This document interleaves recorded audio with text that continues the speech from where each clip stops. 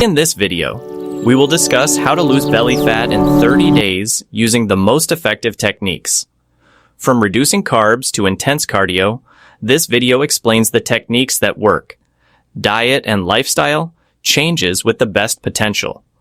From ketogenic diets to intermittent fasting, plant-based approaches, and the Mediterranean diet, we'll review which methods will best suit different lifestyles and food preferences. Each of these diet plans is designed to help anyone lose fat consistently and effectively. Subscribe for more such insights, and let's get started. The key to really any successful belly fat loss is to find a plan that works with your day-to-day habits and preferences. For example, if one is carb dependent, a no-carb diet will be overly difficult to adhere to. Consistency is the key to achieving lasting results for any individual. Exercises are very effective. However, in tummy fat loss, it is dieting that will bring in the miracle. Let's have a look through each strategy to know how it works for one to lose weight around the midsection within 30 days. A very trendy and efficient method is the ketogenic diet. The whole point of keto is to get your body into this thing called ketosis, in which your body begins to use stored fat for energy instead of carbohydrates. This process creates ketones that are used as another energy source. To enter a state of ketosis, carbohydrate intake must be brought down as low as just 5 to 10% of daily calories. You should be consuming about 20 to 25% of your calories from the proteins, while the rest, 70 to 80%, come from all the fats. This kind of diet works really well with people who love high-fat foods, such as eggs, cheese, salmon, and avocados. For those who can go without carbs like bread, pasta, and potatoes, keto can make the process of fat loss a whole lot easier by reducing hunger cravings. And yeah, there are also substitutes for high-carb foods out there. For example, cauliflower can be used in place of rice. For pasta, zucchini is used.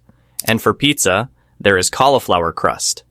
Generally, keto doesn't count calories, but portion control is everything, as too much intake of fat leads to weight gain. It is best for those who want fewer carbs without having to closely track calories. Next, consider the if it fits your macros approach, commonly characterized as flexible dieting. IIFYM lets you be a bit looser, treating yourself every now and then. This method works by setting daily targets for macronutrients, protein, carbs, and fats using an online calculator. This will give you an estimation of your ideal macro split based on your age, weight, and activity. If you reach your protein goal, then you can add any carbs and fats, even from the less healthy choices that are still within that calorie limit. With IIFYM, the biggest pro is variety. It allows you to have ice cream or pizza in moderation. The biggest drawback with this, though, is that in order for one to stay within his or her macros, every meal has to be tracked. It also becomes important to balance healthy and less than healthy foods to make sure nutritional requirements are ultimately met. This best applies to those interested in having a variety of foods included in their diet while still monitoring their levels of belly fat. Intermittent fasting, however, works for individuals who find it tedious to always keep track of everything. That is, in intermittent fasting, a person eats only during a few hours in a day and can be elaborated with the very common 16-8 method.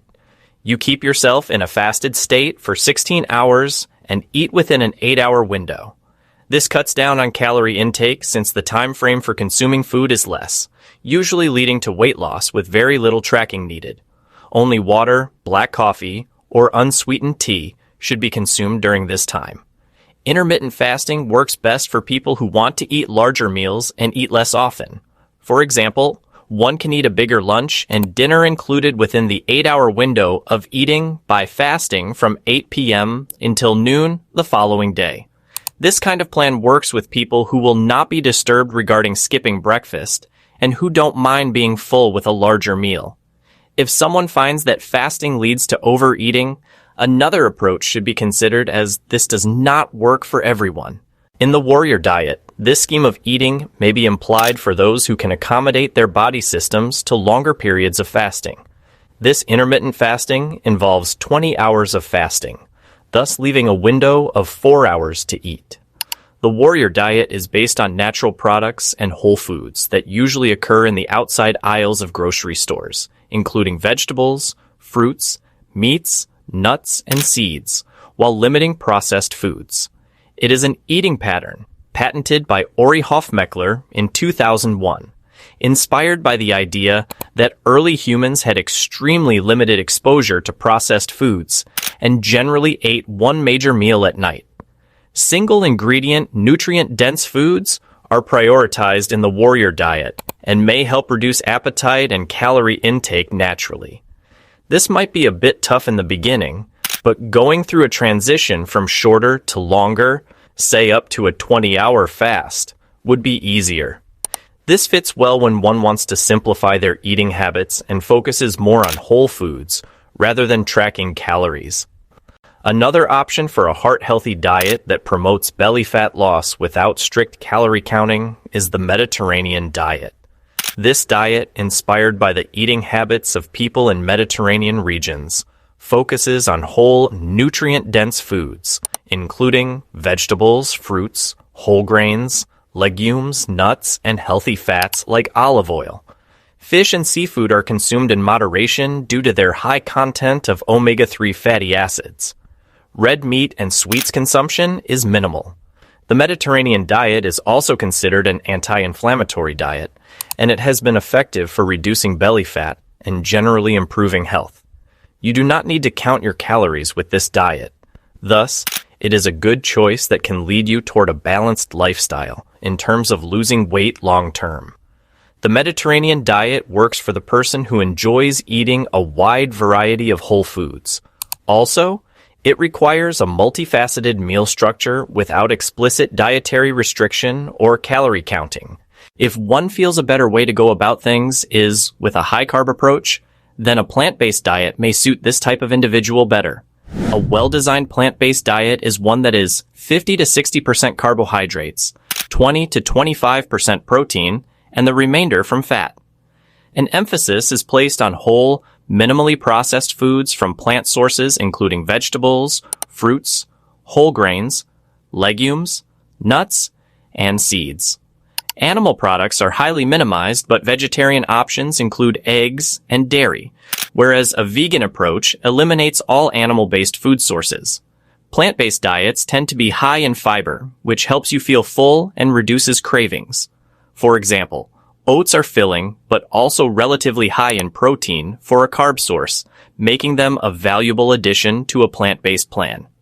However, it is critical to be watchful with vegan-labeled processed foods, because they may contain unhealthy additives and calories that are not satisfying. The only thing one could add to a plant-based approach toward weight loss is a focus on whole, single-ingredient foods, rather than lots of processed snacks. A diet like this would be much more suitable for those who want to prioritize carbs within their diet while focusing on foods that are natural and nutrient-dense.